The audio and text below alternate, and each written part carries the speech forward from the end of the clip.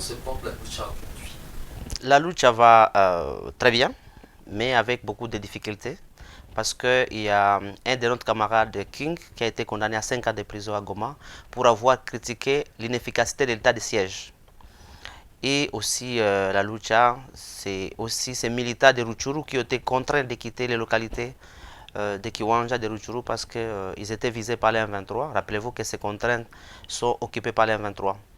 La lucha, c'est aussi ce jeune de Chikapa qui s'est fait tabasser hier et arrêté parce qu'ils ont demandé la transparence de la gestion de fonds, dans la gestion de l'électricité à Chikapa. Mais aussi, c'est tout ce travail que nous faisons au quotidien pour nous déployer sur le Congo, mais aussi pour faire les bilan 2022 et on essaie de se projeter pour 2023. Quelles sont aujourd'hui les plus grandes craintes de la lucha par rapport à la gouvernance du pays? Nous pensons que le pays se dégrade. Il n'y a pas d'avancée significative comme on pouvait l'espérer il y a 4 ans. Aujourd'hui, on sent qu'il y a une élite qui s'enrichit au détriment de la majorité de la population. Il suffit d'aller dans toutes les villes RDC, d'aller dans tous les villages pour voir comment est-ce que la vie des Congolais se dégrade au quotidien. Et on sent en Kinshasa qu'il y a une forme de triomphalisme, alors que des milliers de déplacés ne peuvent pas manger. Ils sont dans des camps au nord de Goma, d'autres sont dans des zones occupées carrément par les 23 et d'autres Congolais ont préféré aller en Ouganda dans le cas des réfugiés. Donc on ne peut pas dire qu'aujourd'hui la gouvernance du Congo est à bon terme ou bien elle s'améliore. Au contraire, on sait tout simplement que les Congolais sont frustrés, sont en colère. Et ça aussi, les lire sur les visages déjà dans la route. Et moi, ce matin, je me promenais à Kinshasa, j'étais trop loin, dans les quartiers périphériques. Je vis une frustration, une violence sociale, une violence verbale. Tous ces éléments montrent que les gens sont en colère, ils ne sont pas contents de la gestion du pays et ils veulent s'exprimer pour que ça change en 2023. Et par rapport à la lutte, on a vu certains de vos membres être engagés aux côtés des déplacés à Kanyaruchinya, par exemple. Oui, parce que nous estimons qu'on peut apporter la solidarité à ces personnes qui sont dans le cas de déplacés. C'est comme ça que nous avons décidé de rejoindre l'organisation Goma Actif, qui est un mouvement de jeunes bénévoles de Goma. Et nous faisons des actions de solidarité locale pour leur apporter un peu de sourire, pour leur montrer que nous sommes attentifs à leurs problèmes et surtout pour leur dire de ne pas perdre espoir parce que nous estimons que ils doivent rentrer dans leur domicile et nous pensons que la guerre va finir dans pas longtemps. Quand vous discutez avec les déplacés, qu'est-ce qu'ils vous disent? Ils veulent rentrer chez eux, ils veulent aller cultiver, ils veulent aller étudier pour les enfants, ils veulent vivre dans leur environnement naturel et puis surtout ils veulent être libres. Mais là ils ne peuvent pas dormir, ils ne peuvent pas cultiver, ils ne peuvent pas se préoccuper de leurs activités quotidiennes. Bref, ils sont pris en otage parce que l'État congolais a échoué de les protéger, l'État congolais a échoué de les donner un pouvoir d'achat. L'État congolais n'a pas réussi carrément de les protéger et de surtout de, le, euh, de leur donner des conditions de vie meilleures. Dernière question, c'est par rapport à 2023. Quelles sont les actions ou les grands axes de l'action de la lucha en 2023?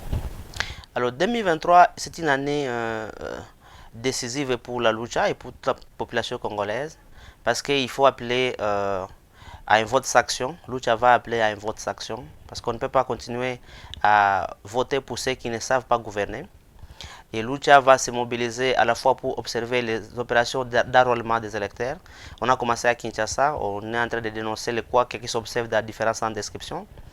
Lucha va se mobiliser pour essayer de pousser que les candidats de l'opposition se mettent ensemble pour former un front contre le pouvoir à place, c'est-à-dire pour former une coalition large contre Tshisekedi et pour que les Congolais votent contre Tshisekedi.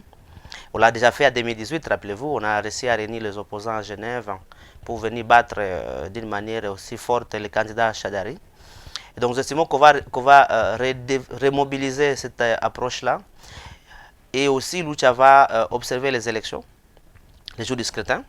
Et nous donnons tous les moyens possibles pour que nous allons publier les résultats qu'on aura. Nous n'aurons pas peur, comme la Senko a eu peur de publier les résultats 2018. Nous, Lucha, les résultats que nous obtiendrons dans les bureaux de vote, nous allons les partager avec l'opinion. Cette fois-ci, La CENI n'aura pas le monopole de publier les résultats. Nous, les citoyens congolais aussi, nous engagerons à publier les résultats qu'on aura collectés. C'est pas de l'anarchisme? C'est pas l'anarchisme, mais les résultats doivent être affichés et nous allons collectionner ces résultats-là. Nous allons les partager. On ne peut pas... Parce qu'il y a un sentiment qui me frustre ici à Kinshasa, lorsque tout le monde me dit oui, bienvenue, ce que vous faites c'est bien, mais Félix va tricher. Eh bien, nous, on va montrer qu'on peut contrer la tricherie à s'organiser en tant que des témoins, des observateurs et cumuler ces observations, faire une combinatoire pour les publier et les rendre publics. Et nous, on va le faire et on va se rassurer que le résultat du peuple soit respecté. La contestation, s'il doit être organisée, elle doit être organisée parce qu'on ne peut pas permettre que dans un pays aussi important comme le Congo, la fraude soit la pratique. Pourquoi un front commun contre Félix Tshisekedi? Parce qu'il n'a pas réussi à gouverner. Ben, on ne peut pas soutenir quelqu'un qui n'a pas réussi à gouverner. Il n'a pas ramené la paix. Il n'a pas créé de l'emploi. Il n'a pas réussi à protéger les citoyens. Il n'a pas réussi à connecter les provinces. Parce que rappelez-vous que le Congo n'est pas connecté entre ces provinces. Il n'a pas réussi à créer des conditions de vie dans l'administration publique. Il n'a pas réformé l'armée. Il n'a pas réformé la police. Il n'a pas réformé l'administration publique. Pourquoi on doit voter pour lui? Au contraire, les Congolais tombent dans la pauvreté. Même ceux qui avaient un peu de moyens, leur pouvoir d'achat se dégrade au quotidien. Pourquoi on va voter pour ce monsieur-là? Je pense que naturellement, tout homme sensé ne doit pas voter pour Félix. C'est-à-dire que nous allons appeler à cette coalition-là pour essayer, tant qu'on le pourra, et on va mobiliser les moyens nécessaires pour battre Félix. Ça, c'est une élection de vie ou de mort. On ne peut pas permettre que le pays soit continuellement géré par des personnes qui n'ont pas les capacités. Donc nous nous engageons, on va le faire et j'appelle la conscience de l'élite congolaise à pouvoir se ranger du côté du peuple qui veut que celui qui n'a pas réussi à gouverner soit sanctionné sévèrement.